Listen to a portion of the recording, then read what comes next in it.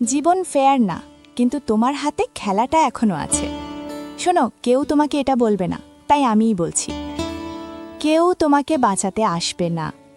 বাবা মা, বন্ধু, প্রেমিক প্রেমিকা সবাই পাশে থাকবে, সাপোর্ট দেবে, কিন্তু লড়াইটা তোমার একার।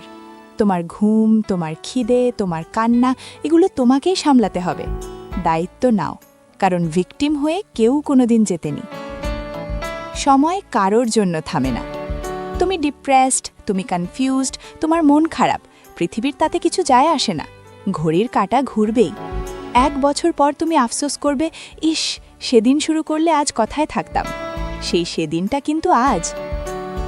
কষ্ট ছাড়া দামি কিছু পাওয়া যায় না। 6 প্যাক চাও, জিমে ব্যথা নিতে হবে। ভালো রেজাল্ট চাও, রাত জাগতে হবে। ব্যবসায় সফল হতে চাও, লস খেতে হবে, লোকের গালি শুনতে হবে। কমফর্ট জোনে বসে শুধু স্বপ্ন দেখা যায়, স্বপ্ন ছোঁয়া যায় না। সবাই তোমাকে পছন্দ করবে না। তুমি যত ভালোই হও, কিছু লোক তোমাকে হেট করবেই। তুমি বদলালে বলবে ভাব দেখাচ্ছে, না বদলালে বলবে অপদার্থ। তাই লোকের সার্টিফিকেটের আশা ছেড়ে নিজের শান্তির জন্য কাজ করো।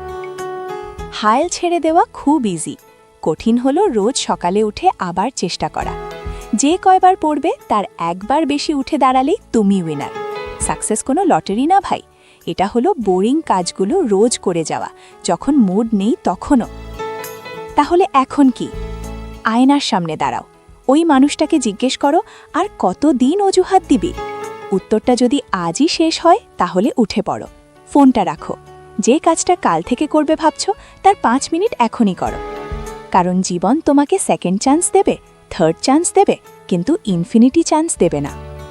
তোমার গল্পের হিরো তুমি নিজে, ভিলেনও তুমি নিজে। এবার ঠিক করো, ক্লাইম্যাক্সে কে জিতবে? কোন সত্যিটা তোমাকে আজকাল বেশি ভাবাচ্ছে?